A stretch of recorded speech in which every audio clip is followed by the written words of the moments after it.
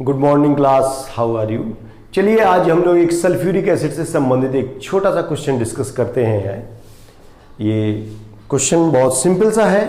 हम लोग कई बार पूछ लिया जाता है कि जो SO2 होता है ना, सल्फर डाइऑक्साइड, ये ऑक्सीडाइजिंग नेचर का भी होता है और रिड्यूसिंग नेचर का होता है।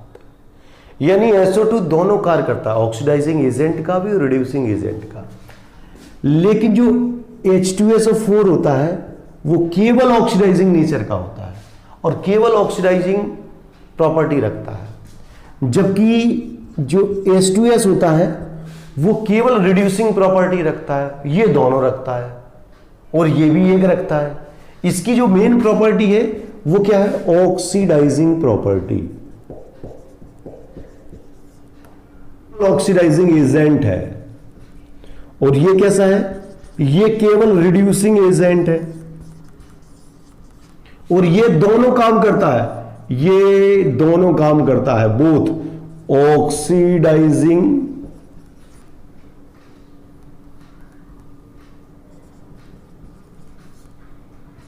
एंड रिड्यूसिंग एजेंट,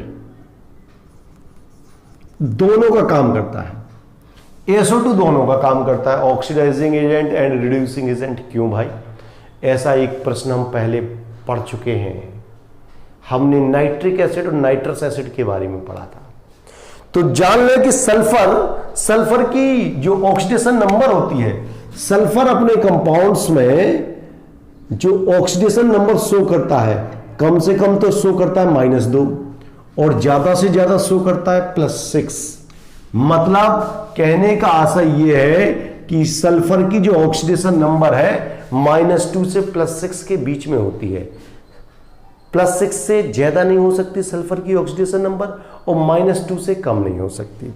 तो आप यहां देखेंगे कि जो सल्फर है, यहां सल्फर की ऑक्सीडेशन नंबर -2 है।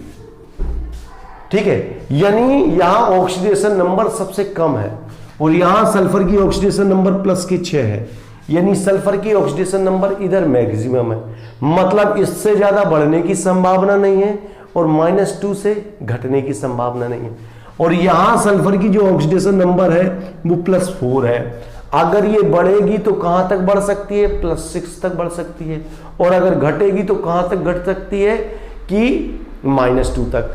जब सल्फर की ऑक्सीडेशन नंबर घटती है, इन यौगिकों में जब सल्फर की ऑक्सीडेशन नंबर घटती है, तब तो ये ऑक्सीडाइजिंग एजेंट का काम करते हैं। जब सल्फर की ऑक्सीडेशन नंबर बढ़ती है, तब रिड्यूसिंग एजेंट का काम करते हैं। ठीक है, तो बस इतनी सी बात है कि SO2 दोनों काम कर लेता है, क्योंकि इसकी ऑक्सीडेशन नंबर +4 होती है, +6 तक बढ़ सकती है, -2 तक घट सकती है। लेकिन H2S की ऑक्सीडेशन नंबर, H2S में सल्फर की ऑक्सीडेशन नंबर -2 है, जो कि घट नहीं सकती। इसका मतलब ये ऑक्सीडाइजिंग एजेंट का काम कर ही नहीं सकता। केवल -2 से बढ़ सकती है, तो ये केवल रिड्यूसिंग एजेंट का काम कर सकता। तो ये केवल रिड्यूसिंग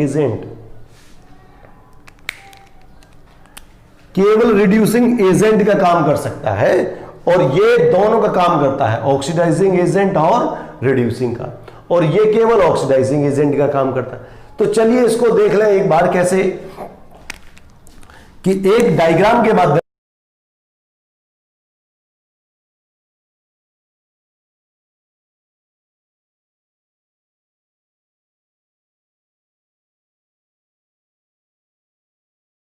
तो आप देखेंगे, अभी एक हमने डायग्राम आपको बनाया, तो आप देखेंगे कि SO2 में जो सल्फर की ऑक्सीडेशन नंबर +4 है, सल्फर यहां स्टैंड करता है।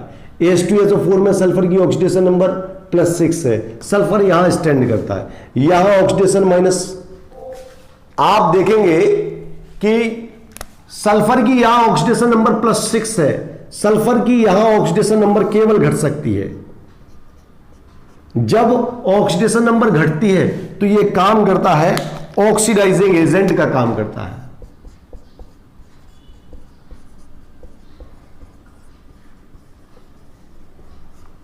ऑक्सीडाइजिंग एजेंट का काम कर सकता है। ठीक है, और इसकी ऑक्सीडेशन नंबर बढ़ने का कोई चांस नहीं, क्योंकि +6 से ज्यादा हो ही नहीं सकती। तो जो रिड्यूसिंग एजेंट के रूप में, रिड्यूसिंग एजेंट ये नहीं बन सकता, रिड्यूसिंग एजेंट का काम नहीं कर सकता, ये रिड्यूसिंग एजेंट का काम नहीं कर पाएगा, क्योंकि ऑक्सीडेशन नंबर +6 से ऊपर जा नहीं सकती।